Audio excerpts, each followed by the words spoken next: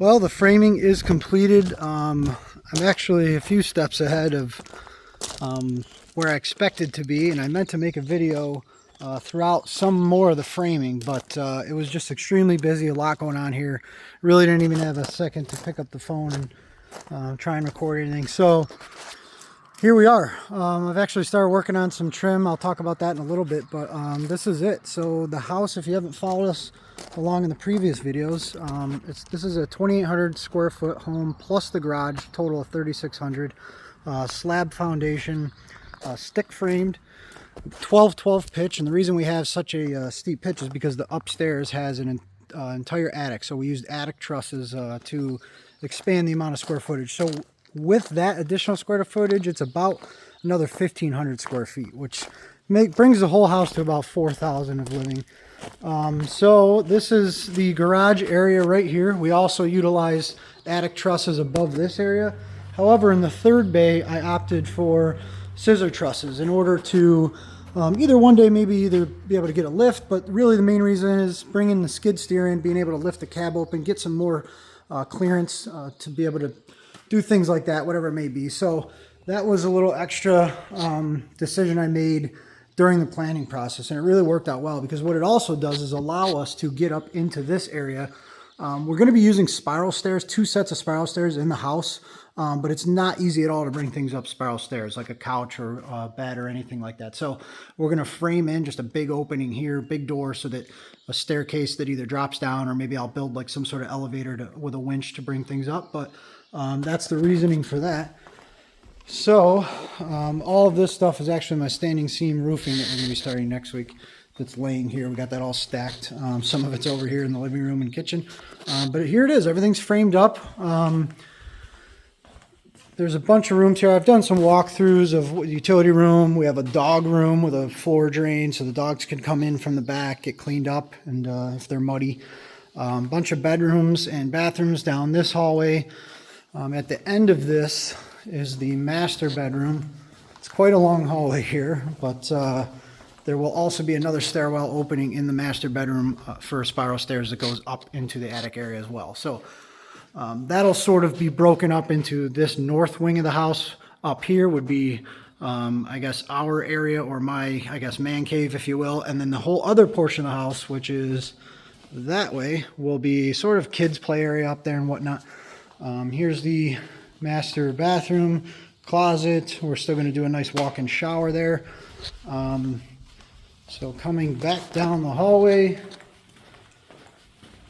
we have a lot of trim. All my siding trim and roofing trim is stuffed in here too. You can see it's a little wet because even though all that plywood's on the house, you'd be surprised. It's as if there is no roof at all. Even though you sheet an entire house with OSB, all the little cracks and everything, that there's little spacers that go in between each sheet of OSB, so the rain just literally pours in completely.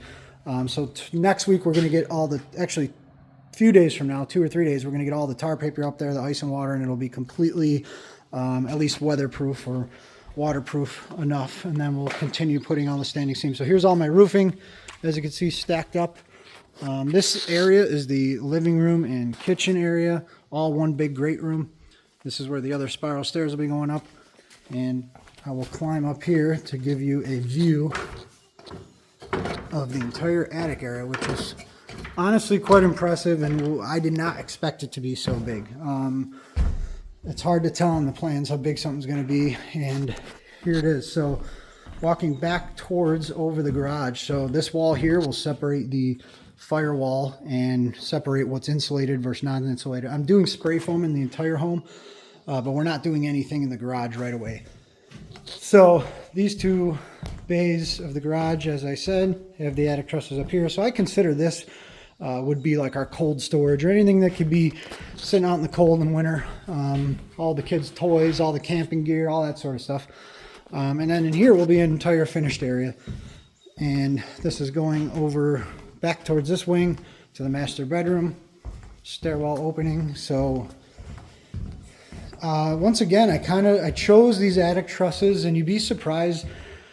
The package for the trusses was only a few $1,000s difference to have all this additional space. Now you are certainly going to pay a little bit more in labor for a few things. The framing, not so much, because they have to put trusses up anyway, but you know, you're dealing with a 12-12 pitch.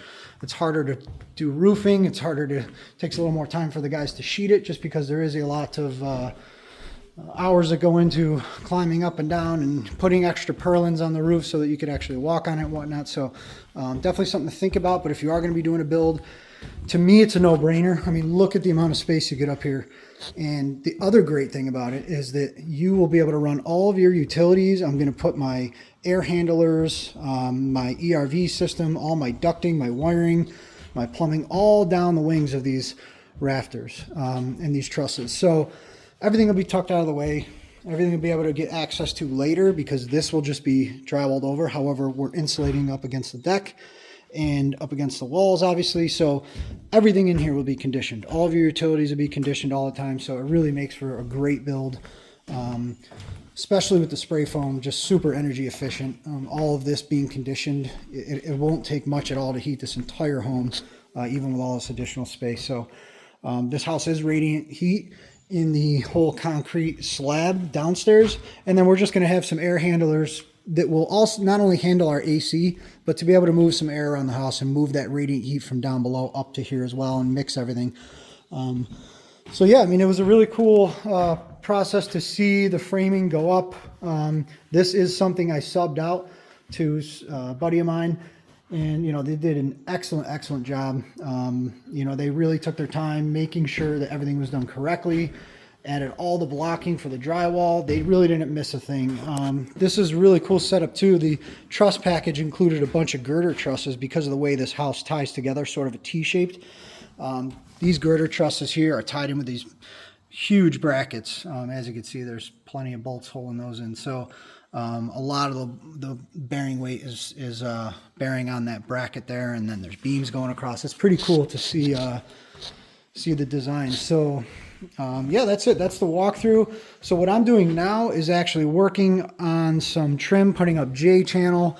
I'm going to be working on the steel siding. So what we ended up going with was a board and batten sort of steel siding. And the surprise for everyone, I guess, that shocks everyone when I explain it, is that yes, as you can see, we were doing the standing seam in black, matte black. I'll go back down there. And there it is from up here. And we are also going to do black siding as well. So the entire house will be black. It's very unique. It's not for everybody. But I've personally seen a home nearby the area that's all blacked out like that. And it looks really cool. It definitely goes with our vibe and our family. If you know us at all, you'd know that. So really excited about it. Just putting the trim up alone is looking awesome. I really can't wait to get some of the siding up. And like I said, next week we're going to be putting the roof panels on and getting that tucked away and watertight in here. And then we're just going to keep moving on. Once the siding's done, come back inside, do all the utilities, and just keep plugging away. So if you haven't yet, give this video a thumbs up and subscribe. We have tons of videos covering construction. I build a lot of boiler systems. If you've already seen those videos, lots and lots of videos to check out, and just stay tuned, because we're obviously going to be making tons of videos on the rest of the finishing this home and a lot of other projects to come. So with that said, see you guys on the next one.